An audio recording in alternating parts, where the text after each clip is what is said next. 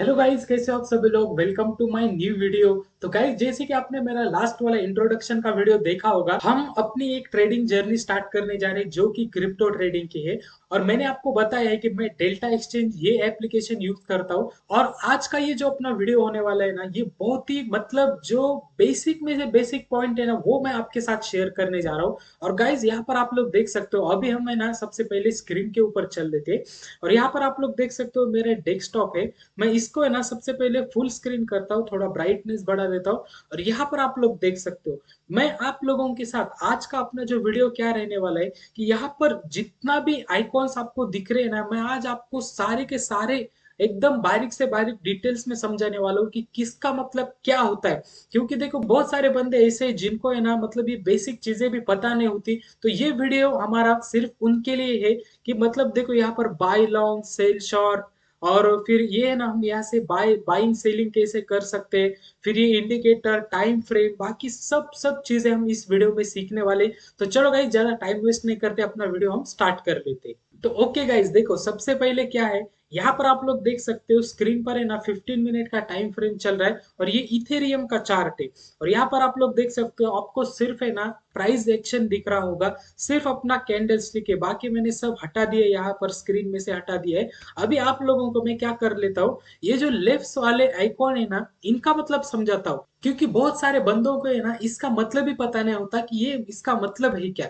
अभी देखो, यहाँ पर है ना ये सबसे पहला जो आइकॉन है, ये क्या है कि यहाँ पर आप लोग देख सकते हो ट्रेंड लाइन है, हॉरिजॉन्टल लाइन है, उसके बाद हॉरिजॉन्टल रे है, वर्टिकल लाइन है, पैरेलल चैनल है। अब इसका मतलब क्या होता है। अभी सबसे पहले देखो, अगर आप ये ट्रेंड लाइन को सिलेक्ट करोगे ना, तो ये हमें क्या करता है, एक ट्रेंड बताता है। अभी देखो, जैसे यहाँ पर हमने एक ट्रेंड लाइन बना दी, ये ट्रेंड लाइन बन गई, और यहाँ से मार्केट ने इसको तोड़ा, और देखो कितना बड़ा फॉल आ गया। तो ये ट्रेंड लाइन है ना हमारे इस काम में आती है। अब इसके बाद ट्रेंड लाइन का काम तो हो गया, हम यहाँ से डिलीट भी कर सकते हैं।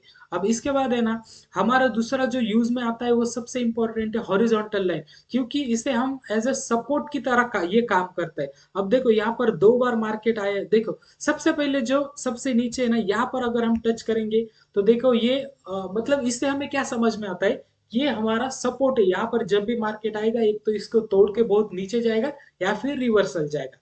तो चलो इसको भी फिर डिलीट कर देते हैं। अब इसके बाद हमारा जो थर्ड है, अब ये जो हॉरिजॉन्टल रे, इसका मतलब क्या है कि अगर मैंने यहाँ से टच किया, तो ये लाइन जो है ना, ये सिर्फ इससे आगे जाएगी, मतलब पूरा पीछे नहीं जाएगी, इससे आगे ही जाएगी। तो ये तीन लाइन तो आपको अभी तक तो पता चल गई होगी। अभी देखो, इसके बाद जो है ना कि हमारा जो यूज में आने वाला है, वो पैरेलल चैनल। अभी ये कुछ ट्रेंड लाइन के जैसे ही काम करता है। अभी देखो, अगर मैंने यहाँ से ये निकाला, और इसको थोड़ा टच करके ऐसा किया ना, तो देखो ये बड़ा मतलब है ना, एक लाइन के बजाय ये थोड़ा बड़ा हो जाता है, तो इससे हमारा है ना व्यू भी बहुत अच्छा हो जाता है। तो ये हमें ऐसे यूज में आता है, ये सपोर्ट रेजिस्टेंस के लिए भी हम कर सकते हैं। तो चलो देखो, ये पहला आइकॉन है, इसमें ये तीन चीजें हमारी इंपॉर्टेंट थी। अब इसके बाद ये जो दूसरा आइकॉन है ना, इसमें हमारा फिब रिट्रेसमेंट, मतलब फिबोनाची रिट्रेसमेंट।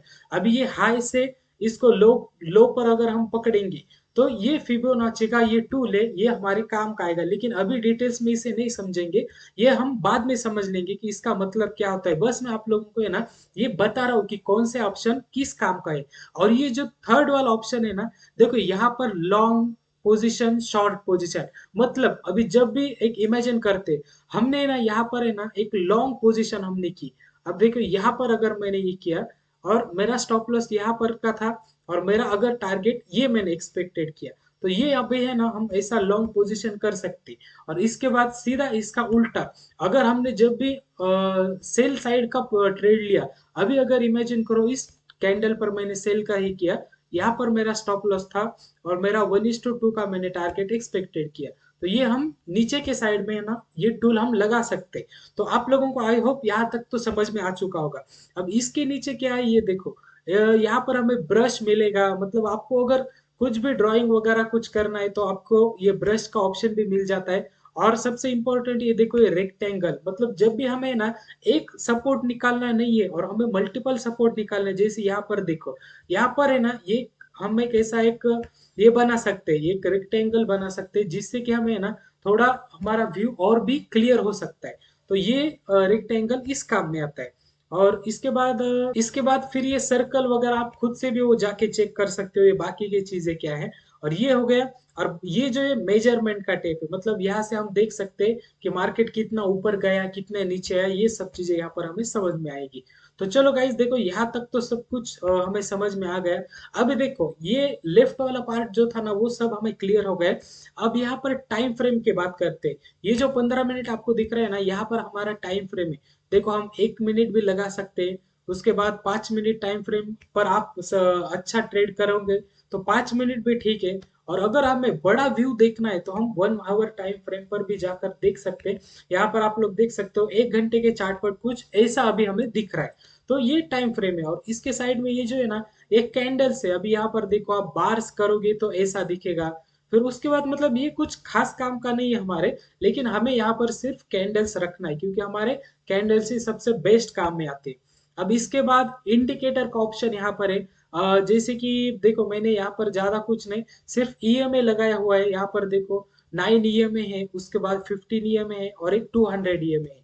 बस यही। अब यहाँ पर देखो बहुत लोगों को लगता है कि ये 200 ईएमए इतना ही लगेगा, कि नहीं, यहाँ पर हमें क्या करना है, जूम आउट आप जैसे ही करोगे ना तो ये बहुत पीछे जाता है। मतलब आपको कितना भी अगर बैक टेस्टिंग करना है ना, तो आप कितना भी पीछे जाओ, आप सिर्फ इसको जूम आउट करके देख लो, सब चीजें आपको एकदम डिटेल्स में दिख जाएगी।